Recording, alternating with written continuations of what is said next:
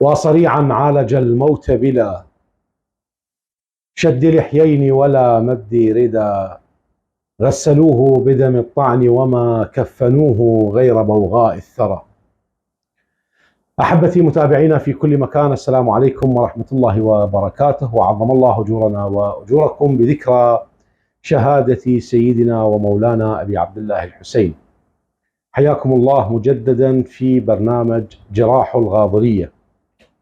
ضيفي في هذه الحلقة خادم من خدمة المنبر الحسين الشريف، أرادود ذا عصيته حتى أصبح يشار له بالبنان، إنه مجدد تراث المنبر الشيخ حسين البحراني. سلام عليكم سماحة الشيخ. وعليكم السلام، حياكم الله سيدنا الغالي. عظم الله لكم الأجر. لنا ولكم إن شاء الله.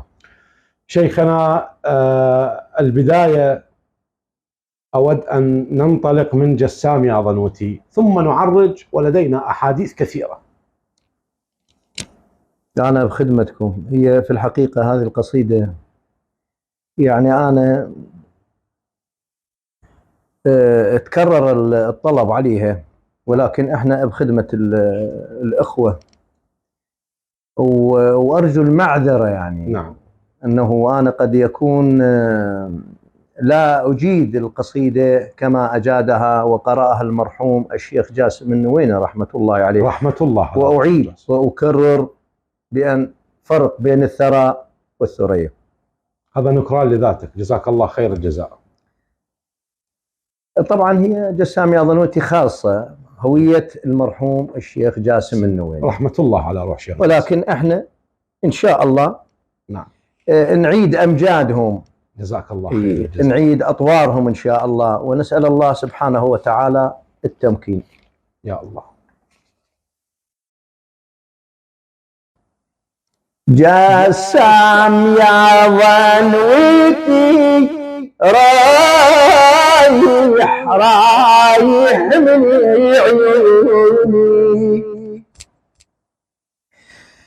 جسام يا ظنوتي رايح رايح من عيوني، ما رحمني الدار انت نور البصر، رايح رايح من عيوني،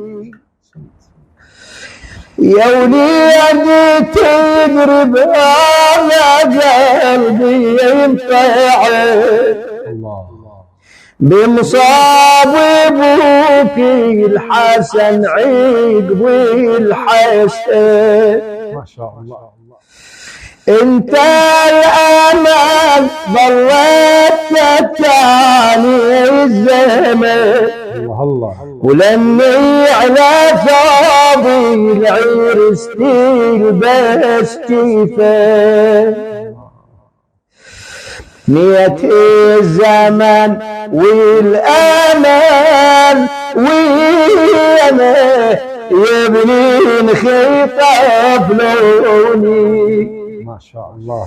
نية الزمن والأمل ويانا يبني خطاف لوني، ودعيتني شبعت انتظر يا واعد، رايح رايح من عيوني، الله يا ابني برباك تعبت حالي الله محنية كنت عليك فوق الماء، وينعيد الظهر فكرت بالولاد، وسجدت قلت انت الرجال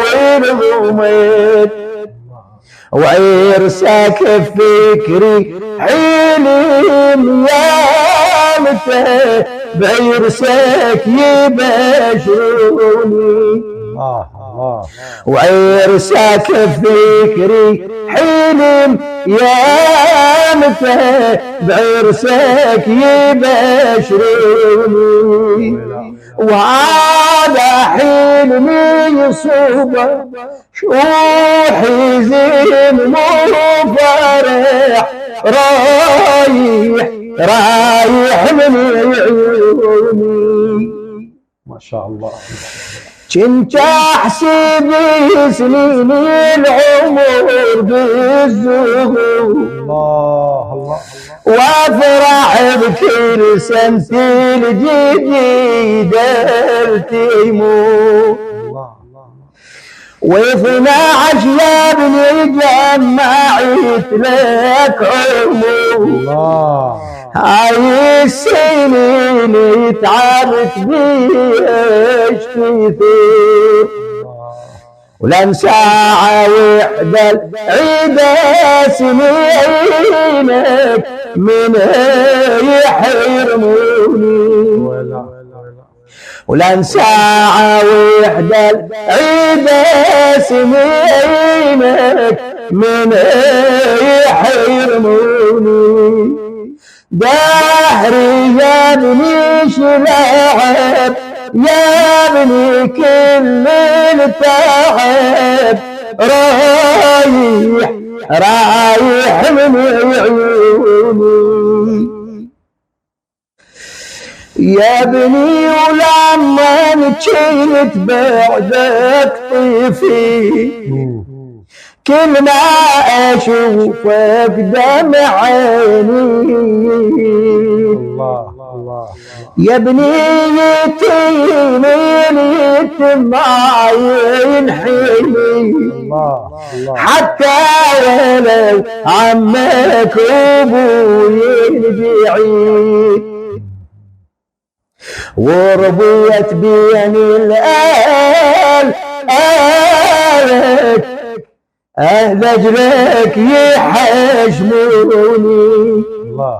وربيت بين الآل لأجلك يحشموني. ما حويت الليل والنجم لايفين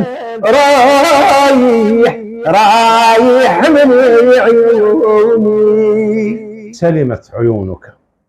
الله يحفظك يا شيخ. الله يعزك. الله يوفقك.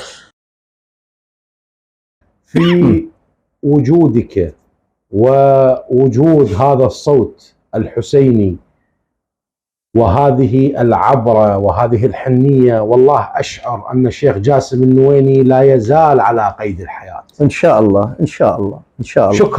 شكرا جزيلا لك أبا علي، جزاك الله خير الجزاء. ربي يحفظك سيدنا.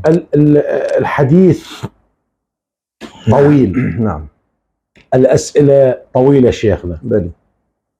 ولكن أستغل وجودك معي. نعم. في بعض الأسئلة أو حابب أن أسمعها منك، حابب أن أسمع منك أجوبة. بلي. ونعرج. نحن الآن في أجواء عاشوراء وأجواء استشهاد الإمام الحسين عليه السلام. سؤالي لك، سبب تعلقك بالشيخ جاسم النويني يعني هو بسبب لأنه أنت تجيد طريقته وقراءته في الأداء، لو أكو شيء ثاني إحنا ما نعرفه؟ لا، جاسم النويني رحمة الله على روحه. رحمة الله عليه. إحنا نعرف أن مسألة الصوت ينقسم إلى قسمان. زين. المتعارف عليه والرئيسي هو منين يخرج من الحنجرة. زين. والثاني من القلب. أحسنت. فما يخرج من القلب يدخل إلى القلب. أحسنت صحيح. وأنا من الطفولة كنت أسمع جاسم النويني، يعني لما أسمع جاسم النويني وأنا طفل يعني أروح في غير عالم. يعني أنت من الطفولة سواء. نعم من الطفولة يعني، وأنا عمري تقريب 10 سنوات. ما شاء الله. كنت أسمع جاسم النويني رحمة الله على روحه، وكنت أروح يعني في غير عالم يعني حقيقة يعني. زين. زين.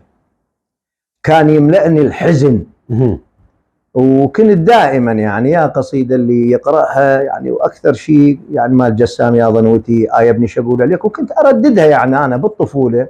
نعم. يعني بطفولتي كنت ارددها وياه واقراها. ما شاء الله. نعم. هل يعني صار لك لقاء مع الشيخ جاسم النويني التقيت فيه في حياته؟ نعم التقيت به يعني مرة. التقيت به بالنجف الأشرف، وكان معي أخي العزيز الأستاذ الشيخ عبد الجبار عباس الخطاط، والنعم من أبو مقداد. نعم، وكان شاهد على بعض الحديث. زين. شنو الحديث اللي دار بينك وبينه؟ الحديث جناب الأستاذ الشيخ عبد الجبار الخطاط أبو مقداد سئله، قال له اسمع صوت جناب أبو أحمد، فمن سمعني الرجل تأثر يعني. هذا تقريبا يعني بال 2010. ما شاء الله. بال 2010 تقريبا، العفو بال 2010 بال 2009 يمكن بال 2010 او اكثر، والله ما اتذكر، يعني بهالحدود بهالسنوات هاي. فالرجل يعني مدحني، وحتى انه جناب الشيخ ما تحضرني والله حاليا الان، كتبها بخطه الاخ الاستاذ الشيخ ابو مقداد. فكانت شنو اللي كتبه؟ يعني انه شهاده تقديريه، يعني شهاده تقديريه، شهاده تقديريه. وقال رحمه الله عليه، قال انا ما كاتب لاي واحد شهاده تقديريه، وبخط الاستاذ الشيخ عبد الجبار الخطاط، ووقعها، لكن حقيقه ما تحضرني لان بالكتب وبعيده علي وما مو قريبه علي. احسنت. والتقيت به بمدينة طويريج، والتقيت به ببيته يعني أكثر من مرة يعني، وتغديت ويا جنابه وسويت وياه لقاء حقيقة، وكنت على تواصل معه رحمة الله على روحه. الشيء بالشيء يذكر وللشهادة. أنا في عام 2000 أعتقد 2019 2019 التقيت به في أول أيام عيد الفطر المبارك في منزله برفقة الأخ أحمد العجيلي، الله يحفظه. الأخ أحمد العجيلي. نعم. وكان معنا الرادود علي حواس الكربلائي أيضا. فكان عندي في الجهاز المقطع اللي تقرأ به جسام يا ظنوتي. حقيقة هو كان قاعد سمعت إياه. قال قصيدة جسام يا ظنوتي. قلت له تعرف منو يقرأ؟ قال أنا. قلت له لا مو أنت، الشيخ حسين البحراني. يعني ما نريد ندخل. الله يرحم الشيخ جاسم النويني رحمة الله عليه. شيخي، شنو السر اللي عندك؟ يعني حقيقة أي واحد يعني يسمع هالإبداعين منك، أكو سر إبداعي. يعني قصيدة جسام يا ظنوتي أنت قريتها، ولكن قصيدة يا ابني شقول عليك يا ابني، شيخنا اكو سر ثاني به. يعني والله ما اعرف شلون اترجم لك اياه. يا ريت انا اعرف بيك، يعني جزء ما مو قريبه يمك، لكن الشيء اللي حافظه منها هاي القصيده اريدها. والله هي ما تحضرني سيدنا قصيده باللي تحضرك منها. يا ابني شقول عليك. وحقيقه يعني وانا حتى ولو بيتين او 3 ابيات في يعني حقيقه يعني. نعم. هذا للامانه انه يا ابني شقول عليك، انا مو ذيك اللي الامكانيه اللي اقدر يعني. انا هنا اسميها نكران ذات هاي نكران اجيد. لا بالعكس. نعم. لا، واكو بالمناسبه اذا تسمح لي سيدنا العزيز، ترى الشيخ جاسم النويني عنده تلاميذ. نعم. تلاميذ يعني كبار ربي يحفظهم، ومعروفين اليوم في مدينة طويريج. نعم. نعم. واجادوا حقيقة يعني للأمانة. نعم. أنا ما عندي اتصال يعني وياهم ولا علاقة بيني وبينهم مثلا، ولكن الناس يعني سمعتهم من خلال التواصل الاجتماعي، من خلال اليوتيوب، القصائد اللي تعرض. يعني حقيقة نقدر نقول بأنه الشيخ جاسم النويني ما مات. نعم.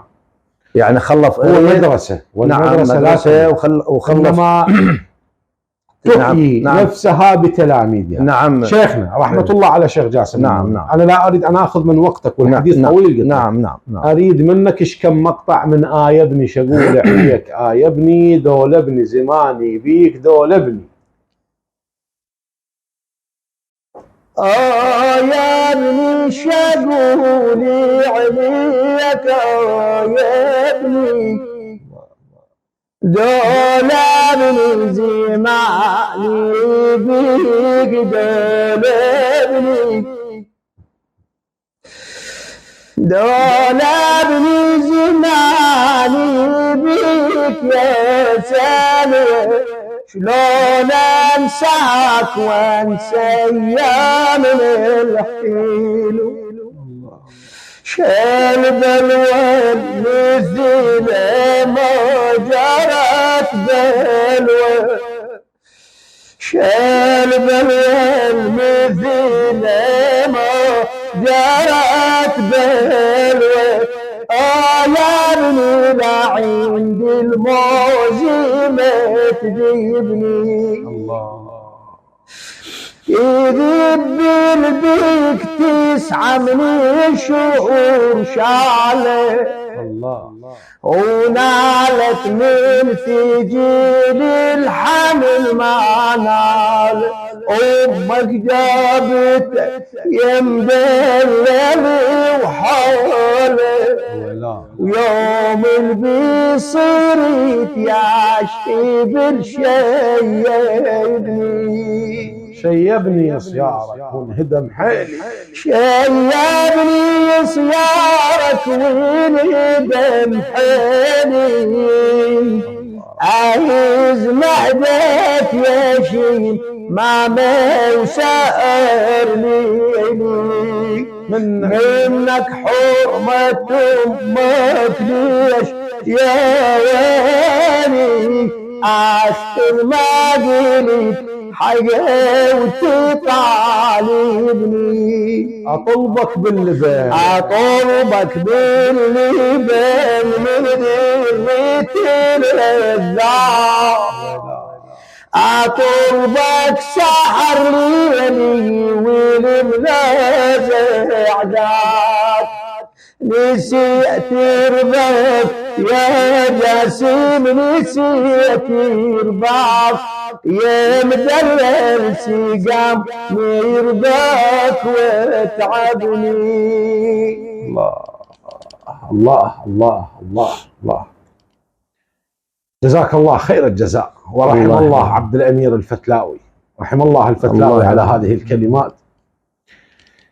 شيخ الفاضل أنت وأقرانك ممن يحيون قصائد تراث المنبر أو يحيون هذه الأطوار، لماذا تقاتلون قتالا مستميتا في خصوص قصيدة القعدة؟ سيدنا قصيدة القعدة نعم تعتبر مجلس متكامل، نعم، لكن نقدر نقول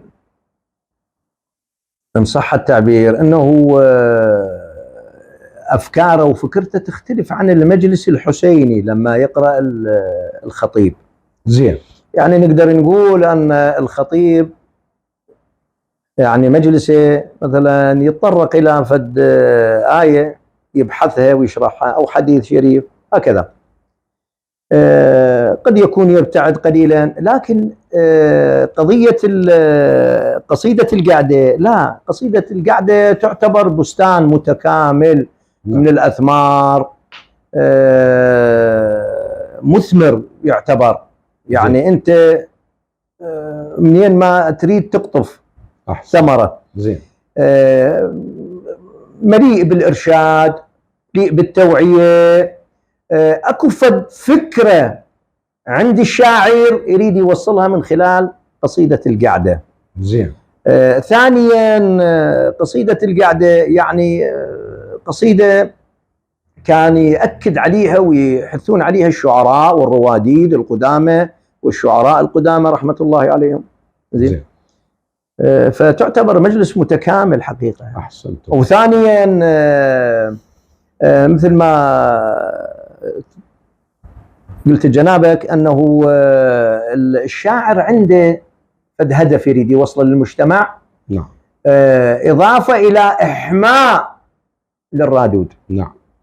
لأن قصيدة القعدة تأخذ مساحة بالضبط واسعة ومليئة بالأنغام، مليئة بالألحان. وشيخي الشاعر لا يتقيد في نعم. كتابة بعض المفردات، ربما أكو شعراء مختصين سيدنا. أحسنت. نعم. بالقصيدة السياسية، القصيدة الاجتماعية، وهكذا. صحيح. نعم. لأنه مثل ما تفضل شيخنا أنه قصيدة القعدة هناك بعض المفردات يجوز قصيدة اللطم ما تتحملها. نعم. ولكن قصيدة القعدة بالضبط تتحملها. يعني خلينا ناخذ منك في المثال. يعني مثلا المرحوم الشيخ هادي القصاب رحمة الله عليه. الشيخ هادي القصاب العبايتش النجفي رحمة نعم. الله على رحمة الله عليه. هذا مختص نعم. بالقصائد القعدة وخصوصا القصائد السياسية والاجتماعية. نعم. زين. نعم. يعني واكو فد شغلة أريد أذكرها للأمانة. نعم. أنه أنا من خلال قراءاتي للأشعار أو قصائد الشيخ هادي القصاب رحمة الله على روحه وجدت بأن الرجل يكتب للمستقبل. يعني قصيدة عمرها أكثر من 50 سنة. نعم. لما يسمعها المجتمع اليوم كأنها مكتوبة يعني كأنما كتبت الآن. بالضبط. سبحان الله. يعني وين هذا موضوع الشاهد بالقصيدة؟ ممكن يعني كثيرة مثلا هاي القصيدة نحن دائما ما نقرأها مال أيام العمر فرصة ثمينة. زين. ليش نضيع الفرصة علينا؟ احنا علينا حقيا حق الدنيا والدين مو؟ نعم. فيقول كل شخص صور الباري فكر عنده وعقل واعي وقال له درب الخير هذا وهذا للشر وانت ساعي وقال له دنيا ودين ذني واجب بعينك تراعي حقوقهن وتشوف منك كل من بحقها تداعي. الدنيا تريدك بالجهد تكتسب وتعيش برغد ودينك يريد بكل عهد تصير مصلح اجتماعي. يا دين انصلح بيه مجتمعنا، يا دنيا الذي بيها انتفعنا. دين الله تجارة ودنيانا خسارة واحنا بونسة الدنيا التهينا. ليش نضيع الفرصة علينا؟ وطبعا قرأها المرحوم الشيخ جاسم النويني. خلينا نسمعها بصوتك شيخنا، يا ريت نسمعها. فهنا نقدر شو نقول مثلا خلينا نسمع شيخنا المستهل ودخولك إلى جسد. لا أريد أذكر يعني اللي توحي بأنه القصيدة كأنها مكتوبة. نعم. قبل أيام مثلا. نعم. أيام العمر فرصة ثمينة ليش نضيع الفرصة علينا. أيام العمر فرصة ثمينة ليش نضيع الفرصة علينا. احنا علينا حقين حق الدين يا والدين يا حق يا عمل من يغني ليش نضيع الفرصة علينا. طبعا هذا المقطع الثالث من القصيدة. نعم. شلون يتحسن وضعنا بيا عمل زين ومناقب باحتكار القوت والهذا باحتكار القوت والهذا غش أهل المكاسب لو فعل الاختلاس ونهب أموال المتاعب لو بأخذ المال رشوة بلا رقيب ولا مراقب. ما شاء الله. لو بالدسايس والمكر لو بالإرهاب وبالكفر لو بالشغب لو بالغدر لو بوعظ الحكي الكاذب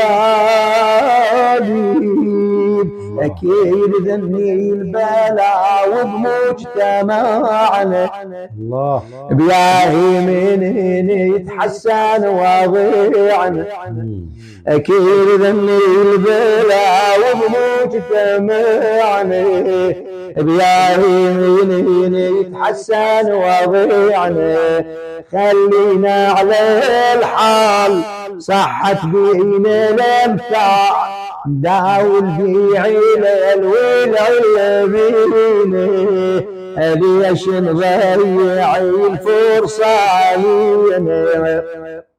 هذا المقطع الخامس. ليش صاير مجتمعنا بالشراسة والتعاسة إن كان ما تنزعج من الحق أبين لك أساسه الصوت لا صوت الأجانب لا ولا صوت السياسة لكن من الحرام أصبحت بالناس الدناسة ليكتسب باطل يكتسب وراعي الزيد حيلة وكذب وراعي القلم ينهب بالكتابة وبالدراسة الكتبة والمكاسب والديانة مكر وباطل وحيلة وخيانة الكتبة والمكاسب والديانة مكر وباطل وحيلة وخيانة عظم اللي كسره لا تصدقني جبري عظم اللي كسره عظم اللي كسره لا تصدقني جبره شلون نجبره لكسرنا بيدينا ليش نضيع الفرصة علينا. وطبعا هذا البيت اللي هو آخر بيت من القصيدة زين اللي يقول بيها انظر هند نعم نفسها يوم طبعها نفسها يوم طبعها النفس تتبع طمعها ويا شخص يقدر ينزه متلوث طبعه روح انشدال ميه اشجابه ويا الخدعه تحارب حسين ابو اليمه الله يلعنه ايش دفعه. وهاي النفوس المجرمه اللي على الغدر متعلمة اوعى توقائد العمى الحرب ابو اليمة بفزعه حاكم دورين اكلت لك باب شوف المجرم اش خلفت احفاد حاكم دورين اكلت لك باب شوف المجرم اش خلفت احفاد هاي بذيك الايام بيبكي للاسلام واحنا بهالعصر بيبكينا ليش نضيع الفرصة علينا. الله يجزيك بالخير يا ابو احمد الله يجزيك بالخير اي والله فعلا لما تسمع هاي الكلمات وتسمع هذا الإحساس وتسمع هذا الطور تعيش في واقعة كربلاء وتعيش في مصيبة الحسين وتعيش أيضا في حل المشاكل الاجتماعية الإنسانية. جزاك الله خير الجزاء. الله يحفظك. طيب شيخ الفاضل نعم طبعا يشهد الله علي أنا بعض الأخوة والأحبة المقربين مني طبعا نعم ناسنا يوم بدأوا يسألون عن البرنامج وش وقت راح يتم تصويره وش وقت يتم العرض وش وقت فيوم اللي قلت لهم الآن يعني عندنا لقاء مع شيخ حسين البحراني حملوني طلبات إلك أن يقراها، قلت لهم ما أقدر، مو كل شيء أقدر أقول له، أن الرجل اللقاء راح يتعبه واللقاء راح يطول ربما ساعة. وانا قبل كم يوم كانت عندي مجالس لحد البارحة وشوية يعني. أحسن. ولكن أكو أحد الأشخاص هو عزيز عليك وعلي، بلي حلفني أن أكو قصيدة اللي بيها مفردة يا برعم. والله ما انا امك لا تنسان ربيتك عندي اي، بس هي ما تحضرني الان. بس لكن عندي على وزنها. يلا اي عندي على وزنها. يلا عندي على وزنها. وايضا قراها المرحوم الشيخ هادي القصاب رحمه الله على روحه. قصدك قراها الشيخ جاسم اللويني؟ نعم. من كلمات شيخ هادي القصاب؟ اعتقد له شيخ هادي القصاب، والله ما اتذكر له. عدنان جد النجفي. زين. أنا أمكم لا تنسوني، بيكم ما ضاع البال. الله سلام على أم البنين، سلام الله. سلام الله. أنا أمكم لا تنسوني، بيكم ما ضاع البال. أم البنين تنادي حقي عليكم يا أولادي، وبيكم ما ضاع البال. أنا مكم لا تنسوني، بيكم ما ضاع البال. يا فتيات الكرار خير الأعمال، ربيتكم على الوفاق بالأفعال. ما شاء الله. يا فتيات الكرار خير الأعمال، ربيتكم على الوفاق بالأفعال. يومي على يوم ما احسب ايام اطوال، وبالشكل ظليت تاني الامل. راوتني الذميل دنيا، او انتو شموعي الدنيا. ولا راوتني الذميل دنيا، او انتو شموعي الدنيا.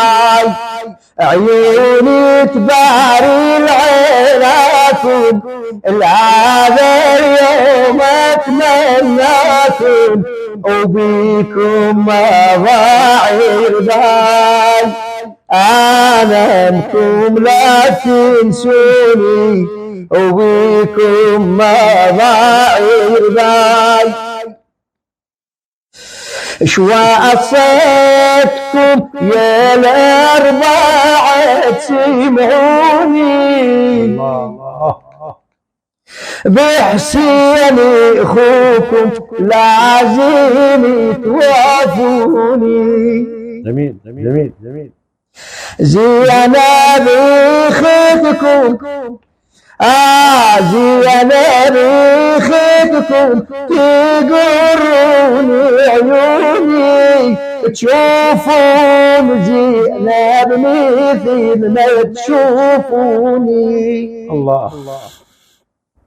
شواصتكم يا الأربعة تسمعوني، بحسين اخوكم لازم وافوني. زينا بخدكم يقروا زينا بخدكم يقروني عيوني، شوفون زينا مثل ما تشوفوني.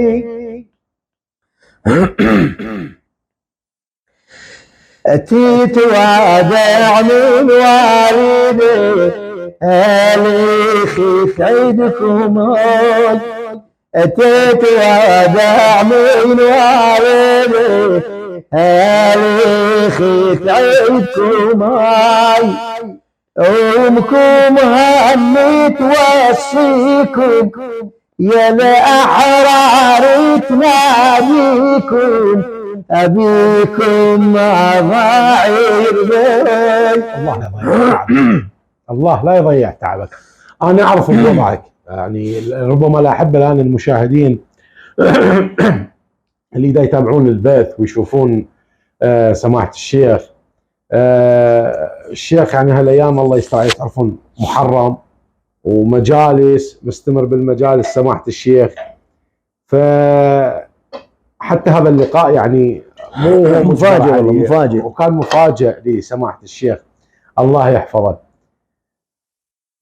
شيخي عندنا أمرين أنت مخير، واحدة منهن تقرأ لنا، لو تقرأ من حيدر هذا الجود لو قصيدة الإمام السجاد القعدة أي واحدة قريبة عندك وهي موجودة تحضرك في الآن. نعم. أي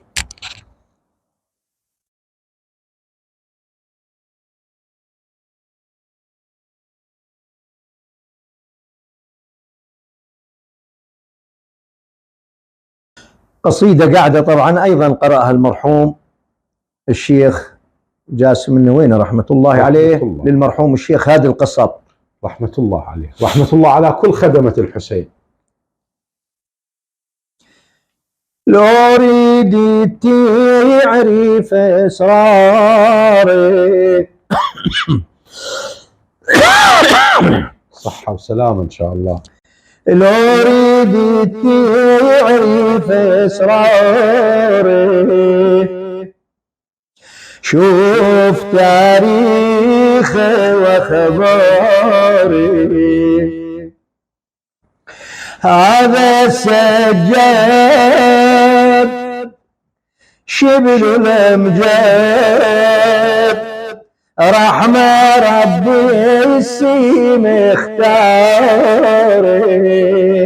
شوف تاريخي واخباري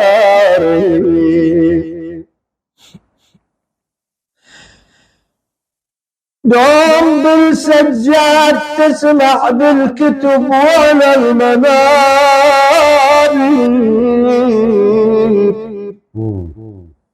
ناب ضرب الطف عليل وناب ضرب الشام حاير ناب مشغول بعباده ويسكب دموع النواب بس هالحكي اللي تستمع تعرفه وبعد مو مطلع هذا الإمام ايش بيه نفيع ايش يحمل علوم وسراي هذه معرفتك بوصفي غلط ليش انت ما تعرفي لا عندك دين زين اعرف زين علم واسرار وانوار اشوف تاريخ واخباري. وطبعا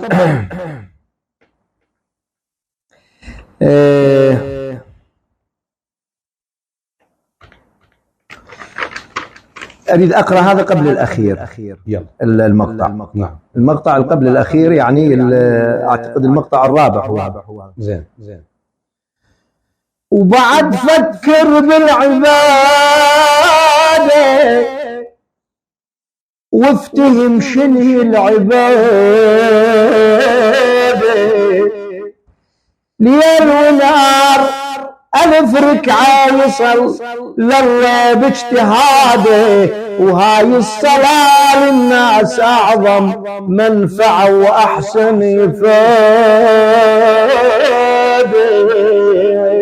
الله بيها المسلم ينعرف بيها الكافر ينكشف وينعرف، بيها اللي ينحرف عن يقينه وعن اعتقاده. لكن شنو يحكي واحنا اليوم زين القبلة عدنا النساء ودوم.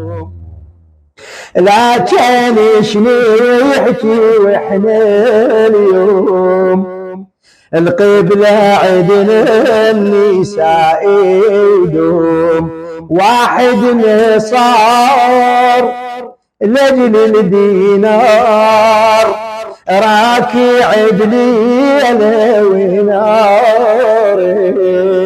شوف تاريخه واخباره. طبعا اعتذر سيدنا شوي، يعني اعذرك ما اسعفني صوتي انا اعتذر منك. لا يعني للمعلومه لاحبتنا المتابعين، انا قارئ كل شويه قبل يعني هذا اللقاء، واي مجالس. نعم.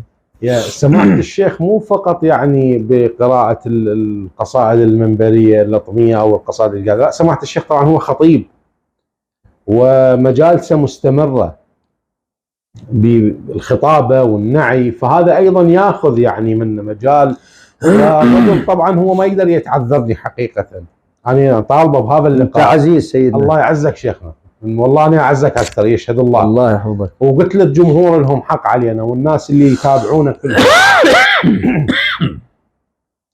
أحبتي، هذا ما يسمح به وقت البرنامج.